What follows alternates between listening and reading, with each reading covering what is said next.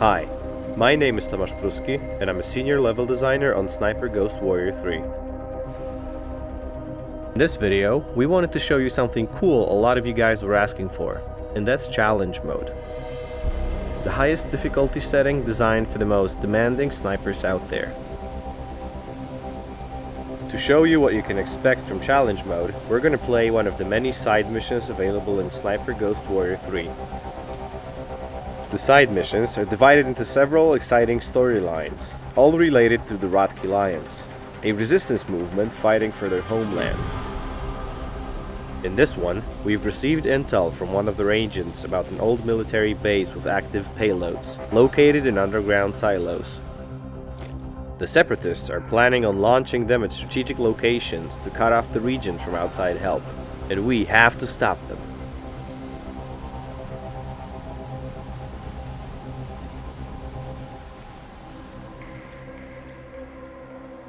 Due to the open world nature of the maps, we have to get to the mission area first. The first thing you might notice about the game is the missing HUD. That's because we're playing challenge mode. All the non-essential elements of the HUD are disabled to make players rely on their skills rather than the game's help.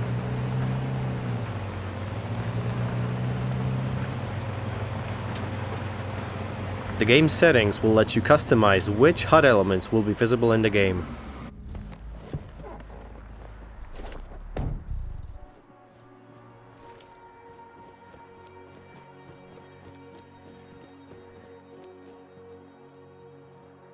Once we are at the mission area, we'll use the drone to find out the tactical overview of the battlefield ahead of us, and look for a way inside.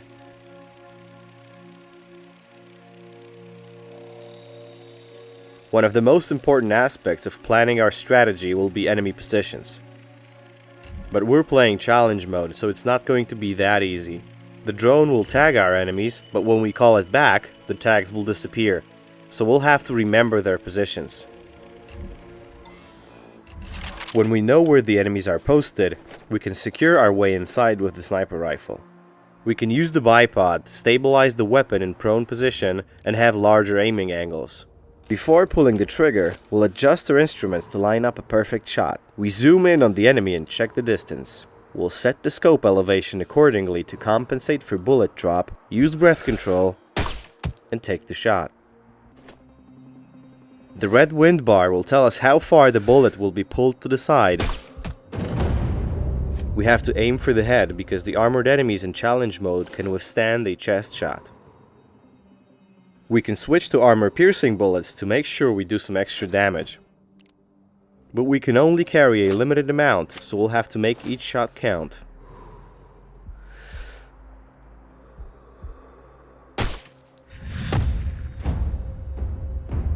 That was actually our longest shot, so we'll get a notification and an experience point bonus.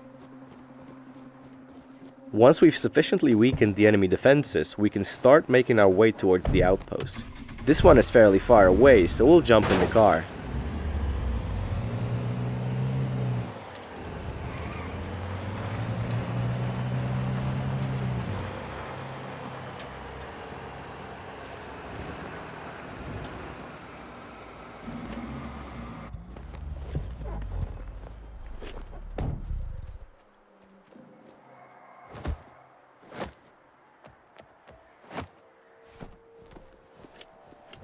We can use scout mode to look for ledges that we can climb in order to infiltrate the enemy outpost. It's good to look around because there's always more than one way in, and it often involves using extreme navigation on some hard to reach places.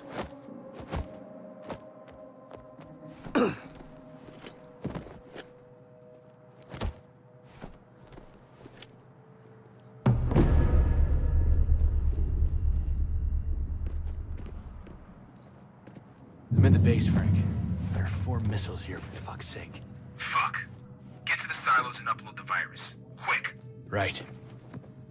Once we're inside, we'll try to find a good vantage point and scout the inside of the outpost. There are 4 missiles that we need to disable in order to ensure the safety of Georgian civilians. There's a sniper overlooking the base. They are extremely dangerous because they see everything that's going on inside the outpost, so we should always focus on taking them out first.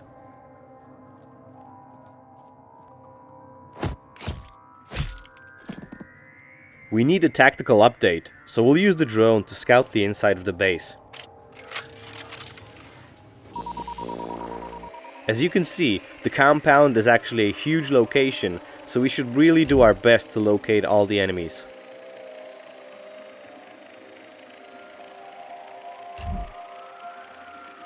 Once we're confident that we can remember their positions, we can either neutralize them or sneak past them.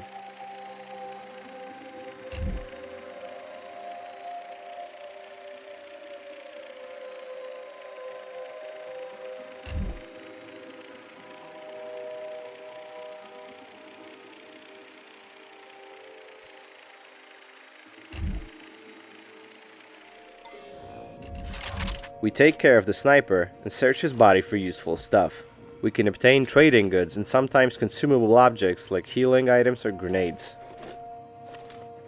This time, we do want to take out a couple of key patrols, so we'll take aim, set the scope elevation to match the target's distance, use breath control, and take the shot.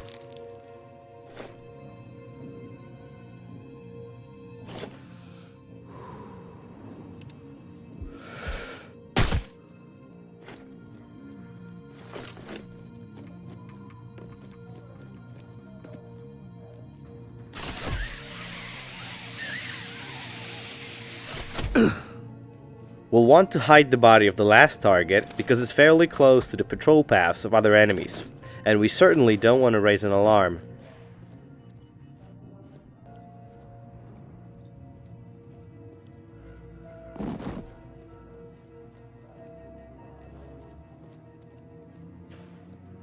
The missiles are underground, so we can enter through one of those shafts and start looking.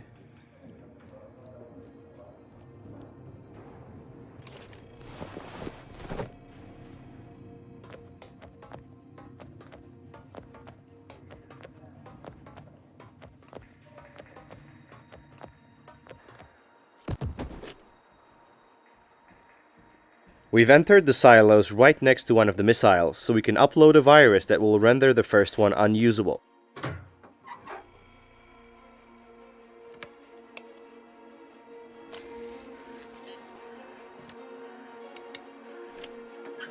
Uploading the virus. There's 3 more to go. We're indoors, so we'll have to be extra careful. Flying the drone will be risky because the chance of being discovered is very high, so we'll have to rely on our stealth.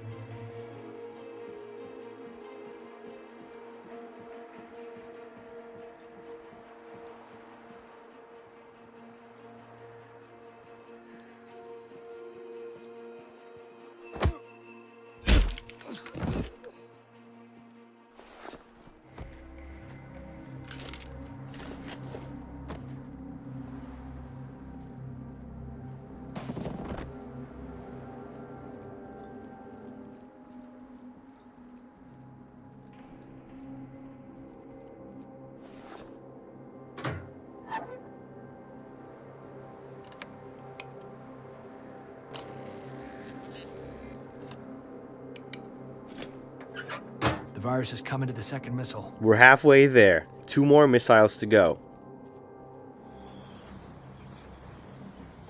An enemy is facing the door that we want to go through, so we'll distract him with a luring stone. That was actually a poor throw, so now the enemy will come right at us and we'll have to improvise quickly. We've scored another skill point, but this time it's Ghost Specialization Point awarded for stealth gameplay.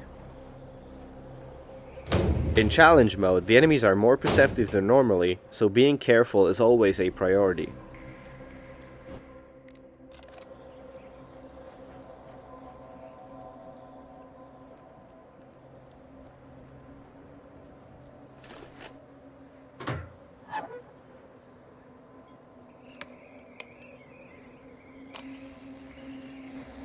Working on the third one. Fuck, John. They started preparing to launch the last missile. We've got the third missile, but the mission parameters have changed. Start the process. The Separatists are launching the last operational missile, so now we have a limited time to get to the main control room and activate the self-destruct sequence. Because this is challenge mode, even though we're under time pressure, doesn't mean we can rush into the heart of the base carelessly. We don't have the luxury of facing the enemies on high alert. We can use the radios to lure enemies into traps.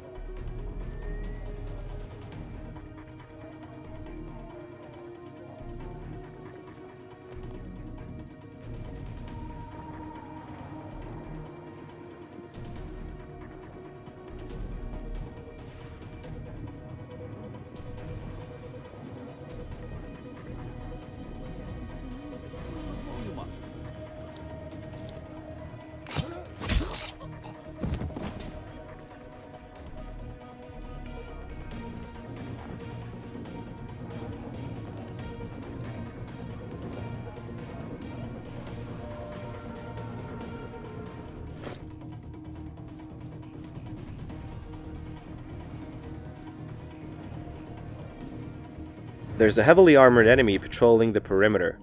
Taking them out silently is very hard to do because we can't perform melee kills on them due to their armor padding. So only a shot to the back of the head would do the trick. For now, we'll use a gadget to help us out. Since we can't tag our enemies, we'll use a warning device that will alert us of nearby enemies. There's another guard inside, so we'll use the fuse box to lure him out and set down an ambush.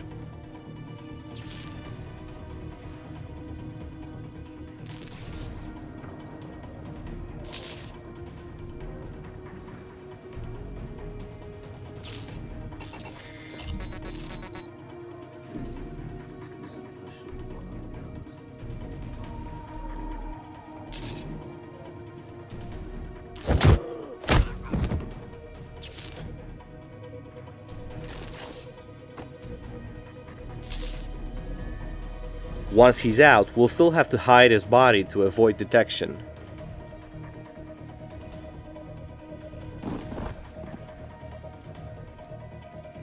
The main control room is only an elevator ride away. We're getting close to completing this mission. I don't care. Kick his mother in the jaw.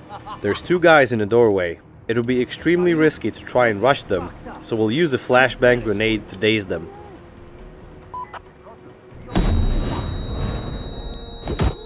We can take them out quickly with a chain melee attack. Reporting casualty.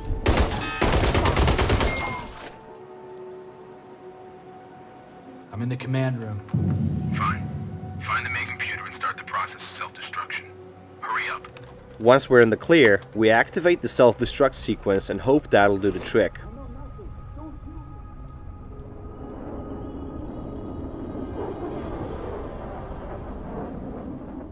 We've successfully cleared one of the side ops. That was just one of many side operations that await you in the Georgian landscape of Sniper Ghost Warrior 3. Thanks for watching.